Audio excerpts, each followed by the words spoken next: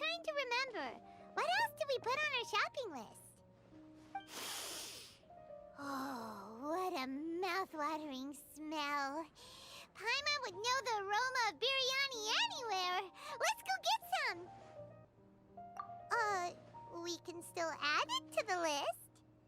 Well, if it isn't the Traveler and Paimon. Wasn't expecting to see you here. Hello there. Oh, it's been quite a while. Huh. So you two are still hanging out together. Dehya, didn't you say last time that you were gonna head back to the desert? I said I was going to resign from being her bodyguard, not that our friendship was over. We're still the best of friends. The Homayanis also still post jobs from time to time.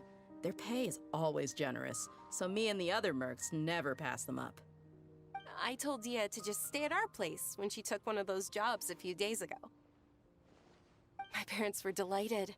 They even said that it always felt like we were missing someone whenever Dehya wasn't around. That sounds like something they would say, all right. They're always so welcoming. Anyway, the job is already taken care of, so I was gonna head back to the brigade as soon as I finished a little shopping. But the master kept insisting, and I ended up staying for another day.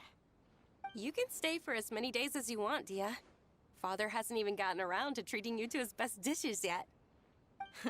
You know I'm not the kind of person to stay put in one place like that, my lady. Don't worry, though. There'll always be next time. What? She said they'll treat you to the best dishes! Paimon can't believe you can still refuse that! But wait. Didn't you say last time that you would take me on a trip to the desert? Why don't you just take me with you today, when you leave? There are so many places I still haven't visited yet. I'm sorry, my lady, but no can do. There's still a few things I need to take care of back at the brigade. Besides, the desert hasn't exactly been the most peaceful place lately. Oh, come on. Not this again. That's also what you said last time and the time before that. I know, I'm sorry. Just give me some more time, and I promise I'll plan the best trip ever for you. All right, fine. To be perfectly honest, it's not that I wanted to go, it's more like I feel like something is off about you lately. Ever since you first set foot on the estate a few days ago, you've been acting anxious and even paranoid. Have you been delaying our trip because you've run into some kind of trouble? Nah, are you kidding? You're worrying too much. Would you swear on that? Friends shouldn't lie to each other, you know. I wouldn't pry any further if you're willing to swear on what you just said. But if something really is bothering you, then just tell me. You know I'll help you however I can. Oh, looks like Dunyarzad was onto something. You're too perceptive, my lady. Seems I can't hide anything from you. I just thought that nothing good could come out of telling you about the messy happenings of mercenaries. Knowing too much only leads to more trouble. Mercenary life is a dog-eat-dog world where Mora reigns supreme. Everything operates on a completely different set of rules. That doesn't change anything about what I just said, though. We're still friends, and I can only support you if I understand what's bothering you. My lady, you're not gonna stop until you drag it out of me, are ya? All right, I'll share what I know. Let's go somewhere else first. This isn't exactly the best place for a discussion. Okay, let's talk here. Just try not to draw any extra attention. As you may already know, the Eremites have both a lot of mercenaries and a complex organizational structure. Many mercs are no different than me, just going around looking for jobs to earn some mora. My brigade is called the Blazing Beasts. We're not a large group, but every member is loyal and brave. However, not all Eremite brigades are like mine. Some are willing to cross all kinds of lines for the sake of mora. The most notorious is a faction known as Deshret's Relics. Deshret's Relics? Judging from the name, they must really look up to... Yep, you got it. I've heard that you've already crossed paths with Ain al-Akmar. They're one of the groups under the Relic's banner. join the group that tried to sell us the Divine Knowledge Capsule. Yeah, they weren't friendly at all. Deshret's Relics is composed of many smaller brigades like Ain al-Ahmar. The Relic's headquarters issues orders to all brigades under his control. On any other day, I would want nothing to do with them. Unfortunately, though, the brigade that's stirring up trouble now is none other than Dehya al-Ahmar. Dakan? I think it means beard or something. Believe me, it's a really stupid name. I found it insufferable for years. Anyway, the real issue is that Dehya al-Ahmar is led by my father, Kusela. Say what now? I think I'm starting to understand your anxiety now. But what did they do? I won't go into details, my lady, but they've been involved in a lot of violent incidents. We're talking hundreds. Hundreds? Yep. The scenes tend to be quite gruesome, too. They strip the victims of all their valuables before murdering them. Not only have they targeted merchant caravans and ordinary citizens, but other mercenary brigades as well. That's beyond terrible. They won't even spare their own kind. I don't know how Deshret's Relic sees it. All I do know is that Dehya al-Ahmar has become more and more aggressive over the last few years. If I don't do something about them, then even my brigade or the people of Aru village could become their next target. I just wish I knew what's driven him to do this. Yeah. How can your father do such terrible things? I don't know. People change. He's always been pretty pathetic. But at least in the past, there were still a few lines that he wouldn't cross. That's setting the bar pretty low. I mean, if he was even remotely decent, then why would I have to leave the brigade and cut all ties with him? He was loud and foolish, with no real sense of purpose. Instead of doing anything useful, he spent most of his time drinking and chasing after women. Of course, the other brigade members were just like him. Their ruckus would go on night after night. Sounds like a nightmare. What about your mother? Did she ever step in to stop them? Unfortunately, I never knew my mother. I'm sorry, Dehya. I didn't know. It's all right, my lady. That's pretty common in mercenary circles. Didn't I mention that my father was chasing after women? I was the result of one of those encounters with some random person. He told me that he wasn't sure who my mother was. And in any case, she never came to see me. He'd say, "You'll be fine as long as you remember to stick with Dad." But even then, he left most of the parenting to the brigade. The one thing I do remember is that he used to tell me stories. But the problem was that he had terrible taste. He only knew a few stories, and even those tended to be pretty stale. They were tales of desert warriors defeating dragons in the forest, or stories of mercenaries rescuing princesses from rebel armies. Sounds like your typical fairy tales. More or less, yeah. They were interesting maybe the first or second time around, but after about 20 repeats, they started to get a little dull. He seemed to think those stories were the best things ever, though. He was so into them that he'd call the whole brigade over and make them perform the whole thing as a play. Even the toys he gave me would all be story props. I'd get helmets, shields, and toy swords. It was only much later when I realized that the shows were more for him than they ever were for me. What an interesting guy. Yeah, I've always found him pretty childish. That was something I could just shrug off. I had no reason to despise him. Until I grew up and learned the true face of Deshret's Relics for myself. Looting, blackmail, violence, and fraud. They not only accepted such heinous acts, they would even openly boast about them. No one in the brigade was any kind of hero. Instead, my father and his cronies were more like the bad guys that needed to be taken down. Did they really think that as long as they didn't do any of that stuff right in front of me, I would never know? I think I can understand your feelings. The difference between perception and reality must have hit hard. Yeah, but don't worry, my lady. It's all water under the bridge to me now. I had a huge argument with my father and left that place behind for good. I'm not investigating them due to any bitter feelings I still have towards my father. I just want to protect those that are close to me. Yeah, I told the boys to gather as much information as they could.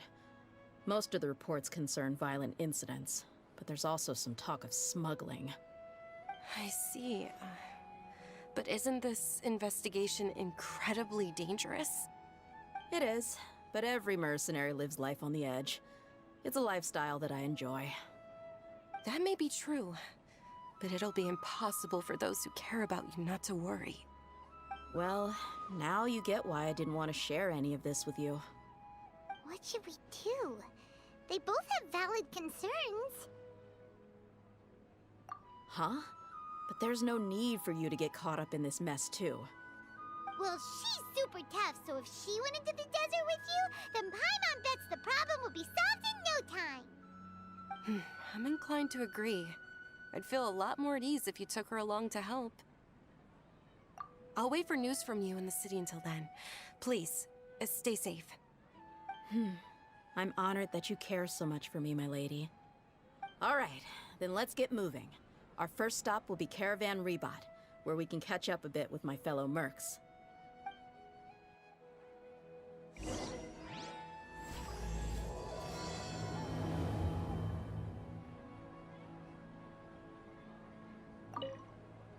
Please be careful. I'll stay in the city and wait for news from you. Just don't do anything reckless, all right?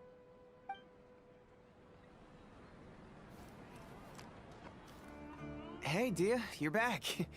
Are these two friends of yours?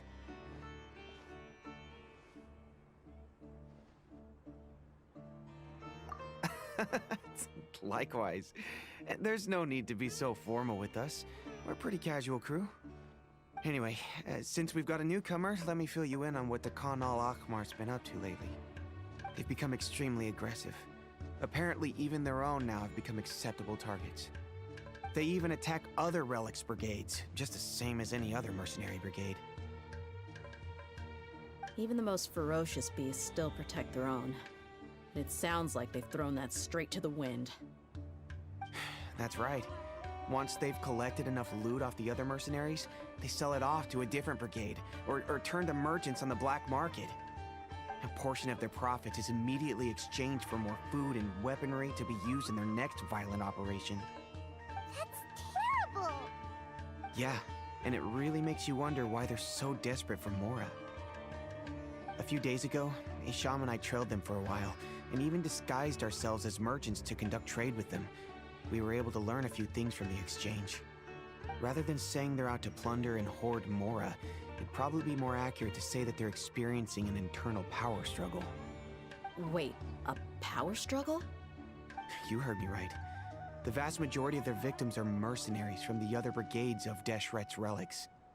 If their only goal is Mora, they could have gone after anybody. The targeted nature of their attacks points to a power struggle between the different brigades within the relics. That's the only plausible explanation we have. Unfortunately, we weren't able to find out anything more specific.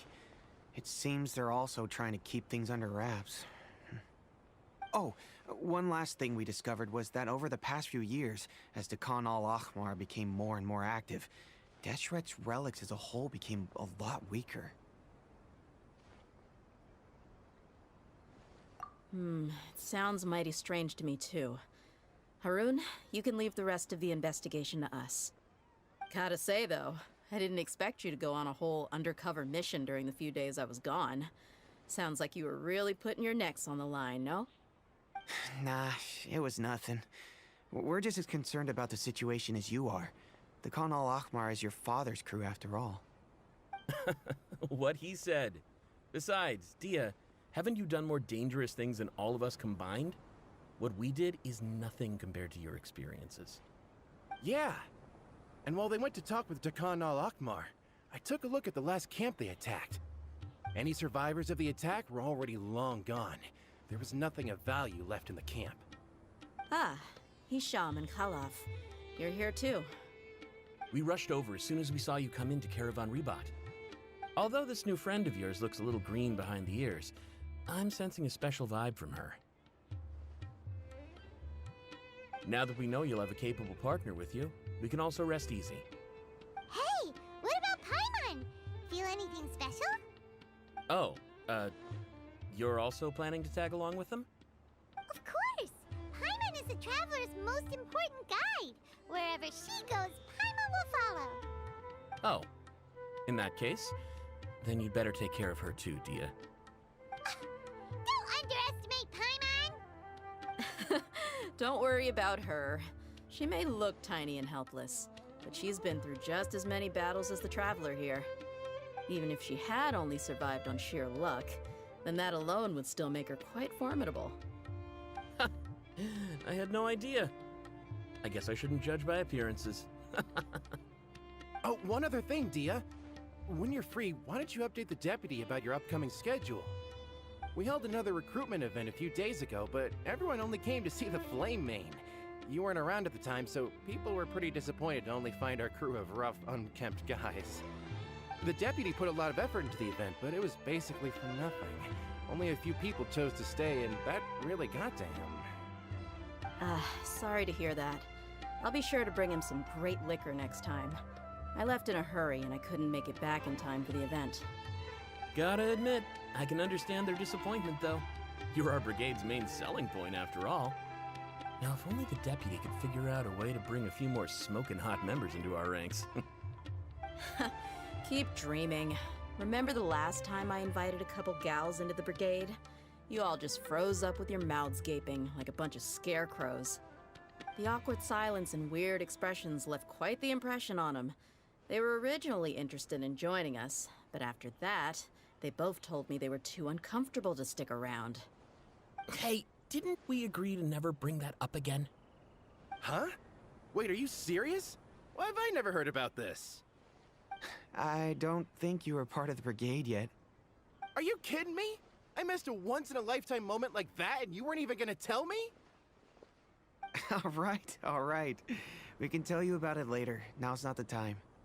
Hey, don't you try to change the subject. You and Hisham get your butts over here and tell me everything right now. Are they always like this? More or less. There aren't many rules or graces when it comes to mercenaries. We're used to just speaking our minds.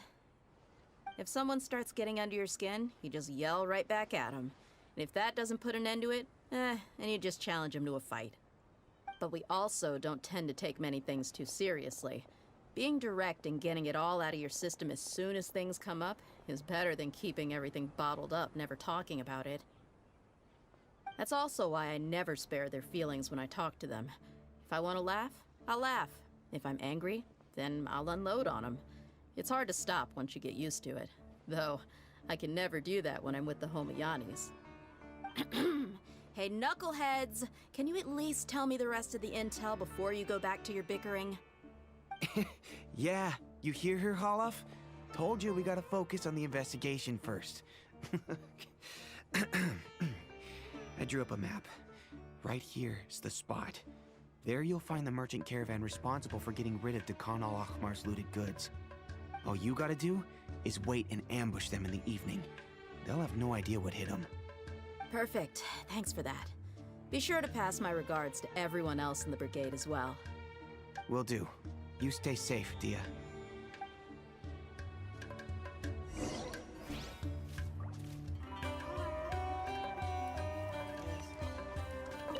Now, like I said, the two ladies Dehya brought with her were also like super mercs. I'm talking same level as Flame Main here.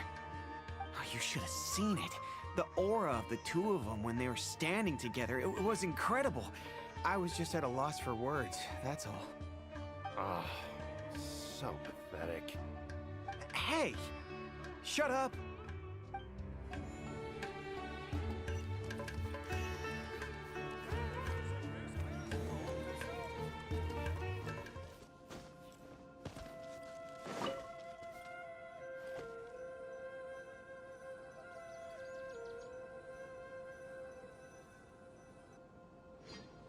This should be the place. Let's find a spot to hide and bide our time.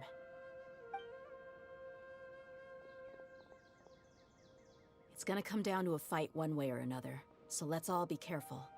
No need to worry. She knows her way around a fight. I'm not worried about that. What I meant is that we probably shouldn't go too hard on the enemy. After all, we still need to get information out of them.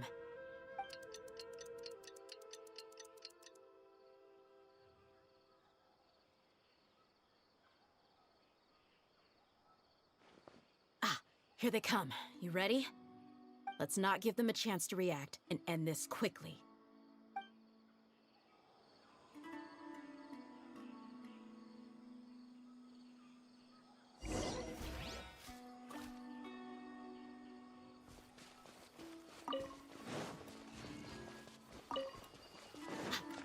That's close enough. Feeling lucky today? Boring!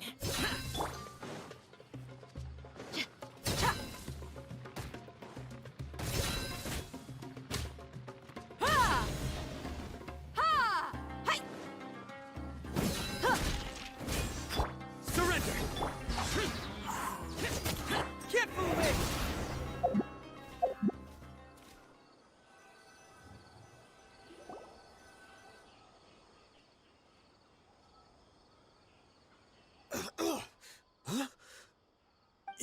You're the Flame Mane. Good. That saves me an introduction. All right, time for a little talk. Are you buddies with Dakana Lakmar now? Tell me, what are they after? You know the code of being a mercenary just like everyone else. The first rule is to never divulge key information about our employer. What makes you think I'd talk? Ha! That might have worked on an amateur, but I know you're just looking to protect your reputation. Think about it, though. What's your reputation worth if you won't have the other tools you need to succeed in this line of work? Tools like, I don't know, your limbs or eyes? You've got 5 seconds. You might want to think twice about how much your employer's information is worth to you. Whoa! I'm not joking around. We can do this the easy way or the painful way. 2 seconds! I'll save you the trouble.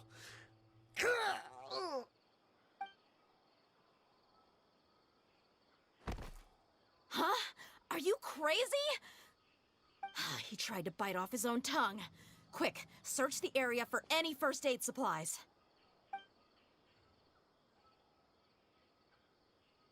I definitely didn't expect him to go that far. Thankfully, the wound wasn't too deep, and he just passed out from the pain.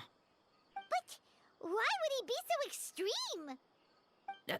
I just wanted to test his mettle. You can get a lot of mercenaries to talk just by threatening them. I didn't expect him to be willing to go through so much pain just to deny us some intel. Well, he's out cold for now. We could wait for him to wake up, but maybe it's not a good idea to interrogate him any further. What should we do? Yeah, don't worry about it. It'll be a waste of time to interrogate him again after that. He might just hurt himself again if we start asking. There are lots of goods around here. Let's search the area. Maybe we'll be able to find something. I'm really sorry.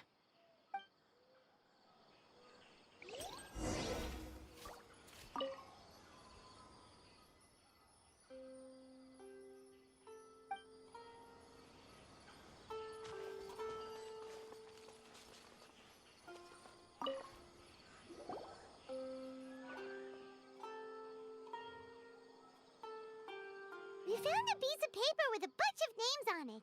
Maybe it's a record of something. Let me take a look.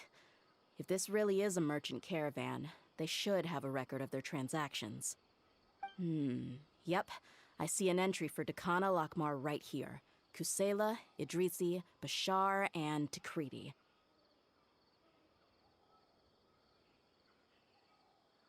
All familiar names. Dakana Lakmar has been trading for a hefty supply of food, weapons, and medicine. It seems that in the past, they used to receive some canned knowledge as well. This caravan is just one link in their logistics chain. Once in the rainforest, the caravan will exchange the looted goods for Mora, and the funds will then be passed to a specific person. That person will then pack the caravan full of necessary goods, which will then be brought right back to Dakan al-Akmar. Wait, why is there no Mora value recorded for the final transaction? No value? Yeah, every transaction before the last one was marked with an exact amount of Mora, but the final one, where they paid for everything to be brought back to the desert, was simply marked as delivered. Perhaps. But they couldn't have known how much they would make off selling the loot. Do they not care about profit margins at all? Anyway, the next part's the records of the goods themselves. There are a lot of entries. Everything was probably sourced from the rainforest. Huh? What's wrong? Shazamon Homayani? Homayani? You mean Dunyarzad's family? Could it just be another family with the same last name? I'd be surprised to find someone with the exact same first and last name. Shazamon Homayani is Dunyarzad's father, and the head of the Homayani family. Just what the heck is going on here? I'm sorry, you're right. I'll consider what we found and not jump to conclusions just yet.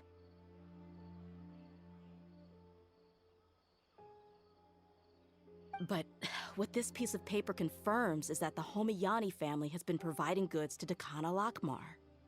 What if the Homayanis have been kept in the dark and don't know they've been trading with Dakan al-Akmar? That's a possibility, but if that was the case, why is this caravan specifically named Shazamon as their person of contact? They could have just as easily bought goods such as food and medicine directly from Caravan Rebot or Port Ormos.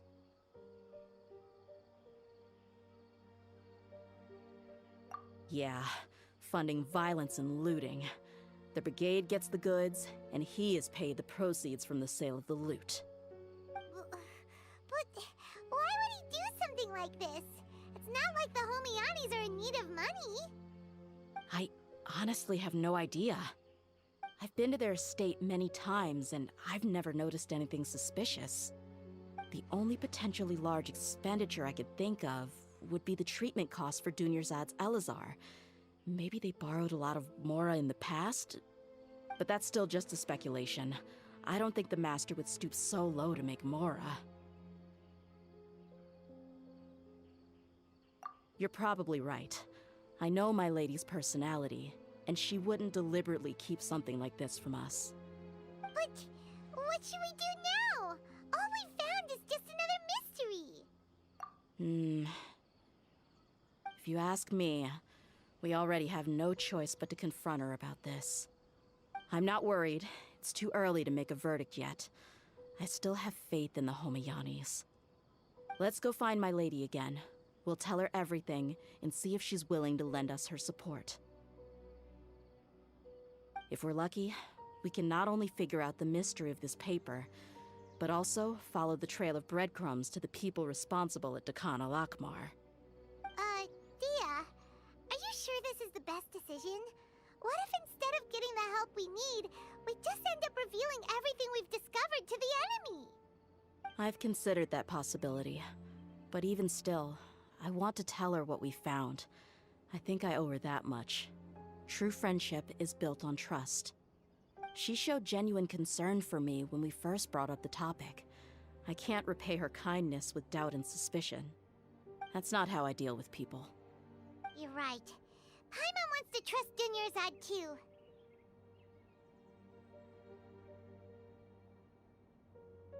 Yeah. Let's pay another visit to Sumeru City.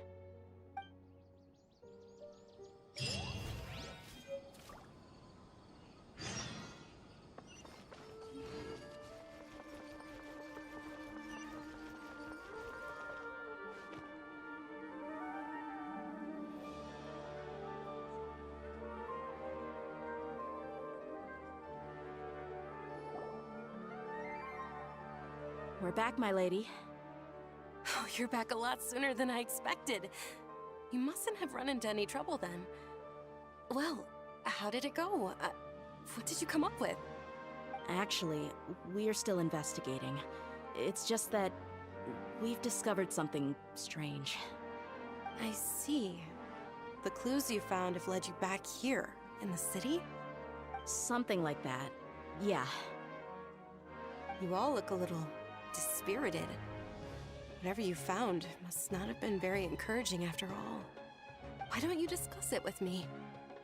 Maybe I'll be able to say something to cheer you up? It's okay, my lady. It's not so much about me being upset with my father or anything like that. How should I put this? So something is wrong. Even the Traveler and Paimon have been uncharacteristically quiet. On any other day, Paimon would have already waved to me with a smile and shouted, "Dunyarzad, we're back!" So tell me, what happened? Well? My lady, please prepare yourself for what we're going to tell you next. It concerns the Master. The Master? You mean my father? Okay, I understand. Don't worry about me. I'll listen as attentively as I can. My father has been supplying goods to Dakan al-Akmar? Yeah, it makes as little sense to us as it does to you.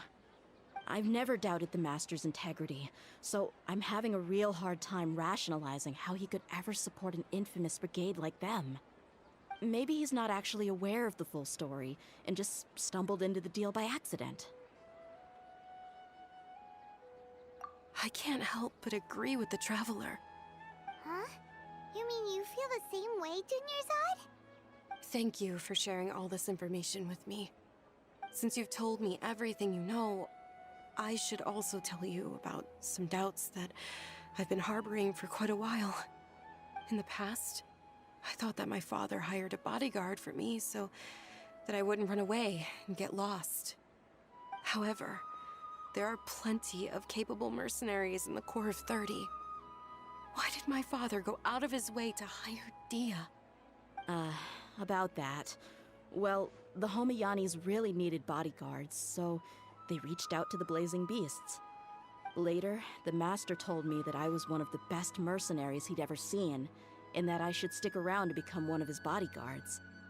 He offered me a pile of Mora, so I just signed on. Well, but that didn't really answer my question. Just think about it.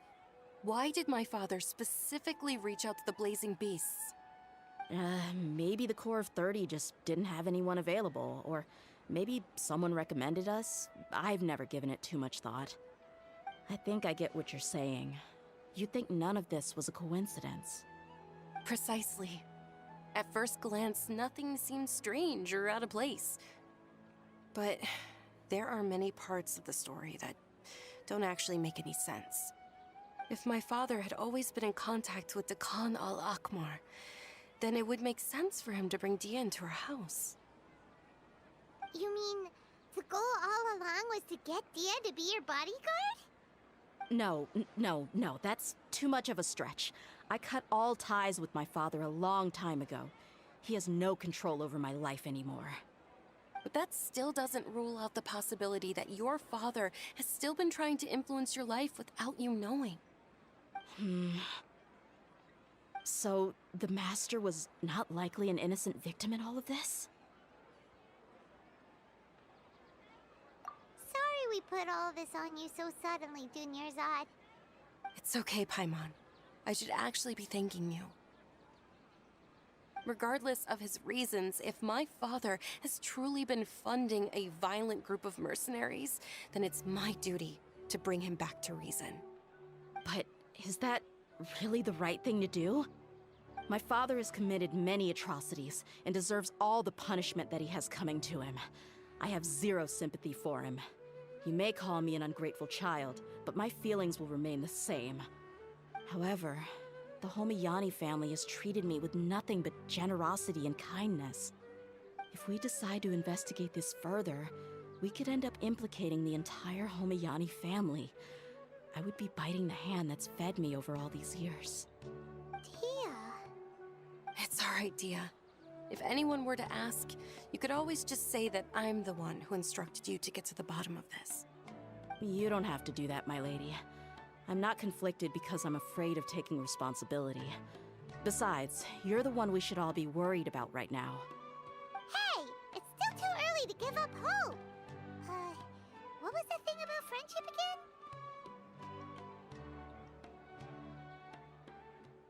Right, yeah, trust! You said that yourself, Dehya. Besides, there's no point on getting all riled up before we've confirmed all the facts.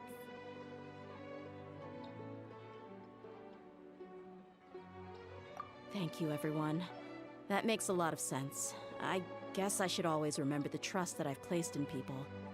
In which case, my lady, could you ask the Master to come out and have a chat with us? Sure thing.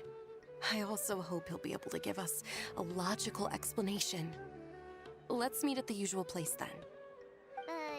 Usual place? Ah, right.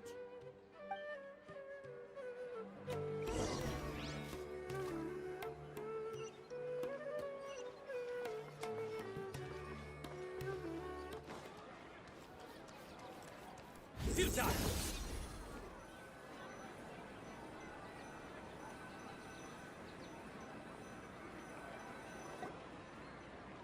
Thank you for coming, sir. Please allow me to introduce these two. This is the Traveler, and next to her is her travel companion, Paimon. Ah, yes. My daughter has mentioned them from time to time. It's a privilege to finally meet them in person. But we may skip all the pleasantries for now. What is the important matter you wish to discuss with me today? Well, we wanted to bring this transaction record to your attention. There's something on this record that we're all pretty curious about. So, that's what you found? Huh. Seems like I can't keep everything from you much longer. If you wouldn't mind, we'd like an explanation. Well, it's a long and difficult story. And to be perfectly honest, I'm not sure if I'm doing the right thing. What I do know, though, Dehya, is that the truth will bring you no solace. If anything, it will likely cause you a great amount of anguish.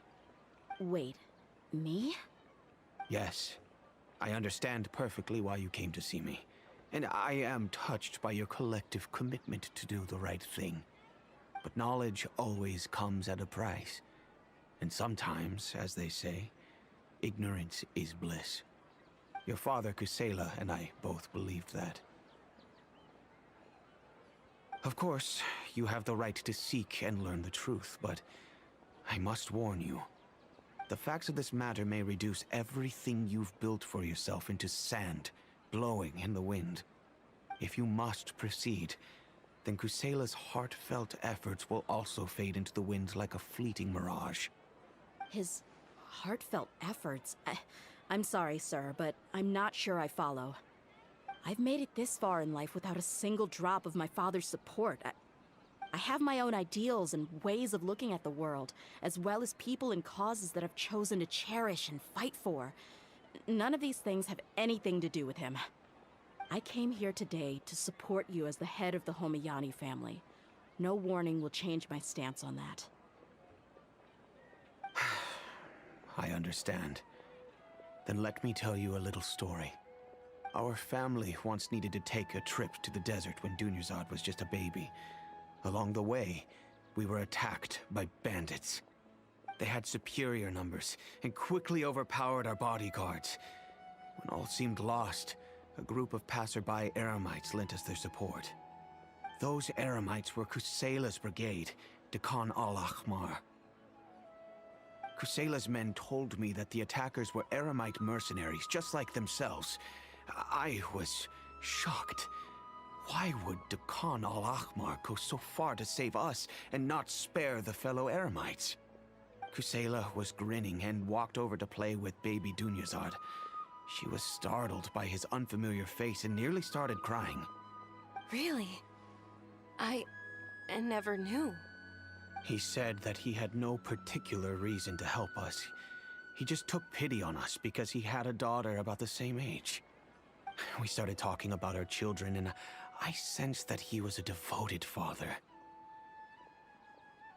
To repay his kindness, I hired his brigade to help out at our estate for a time, and offered everyone generous remuneration.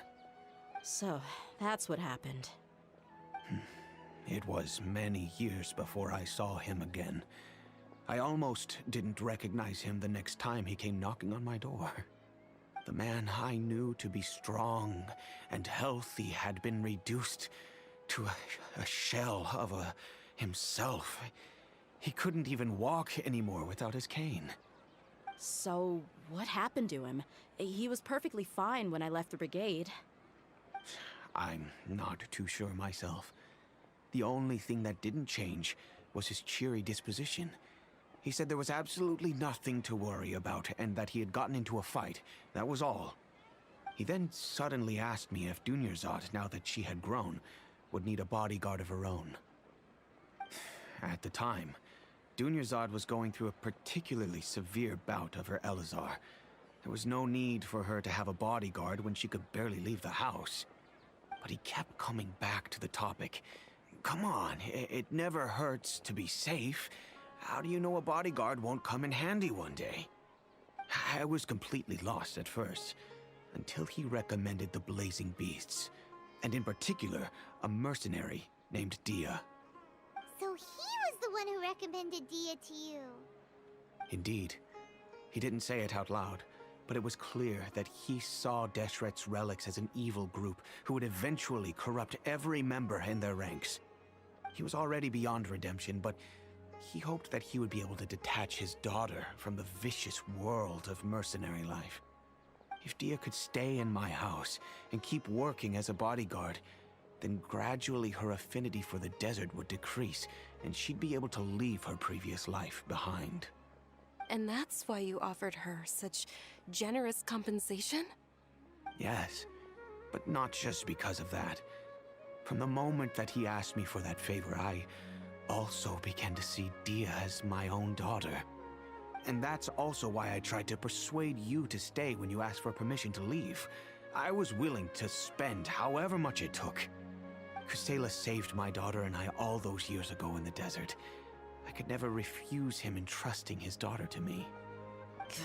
He was always like that, acting like he's oh so smart and self-righteous. Kusela said that he'd reimburse me for a portion of Dehya's fees. I refused to take any mora from him, but he'd always send me funds anyway. Eventually, I just accepted them as a token of his gratitude. And that went on for a while until I received another letter from him a few years ago. The letter contained a request to help him buy food, weapons, medicine, and even explosive materials. Wait! Isn't that around the time that Dakan al-Ahmar started becoming more aggressive? That's right. When I started to hear some nasty rumors, I became wary. I wanted to meet him face to face to discuss things. But by then, he was no longer receptive to my requests to talk. If I had to guess, it's probably because he doesn't want to put Dehya at risk.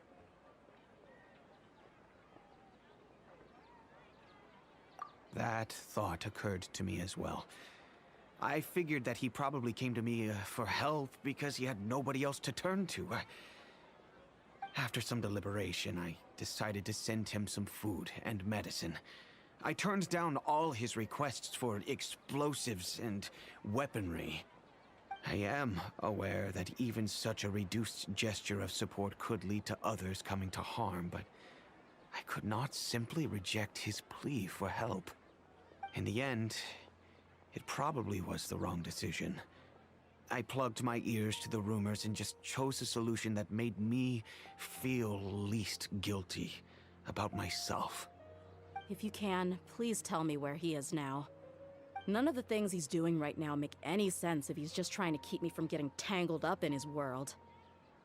If all he wants to do is steer clear of me, then maybe he shouldn't have brought me into this world in the first place. Oh no. Dehya, please don't feel that way. I'm just angry because I can't wrap my head around any of his actions. I don't know. I really don't know. I don't think I can do it. But I guess you do have a point.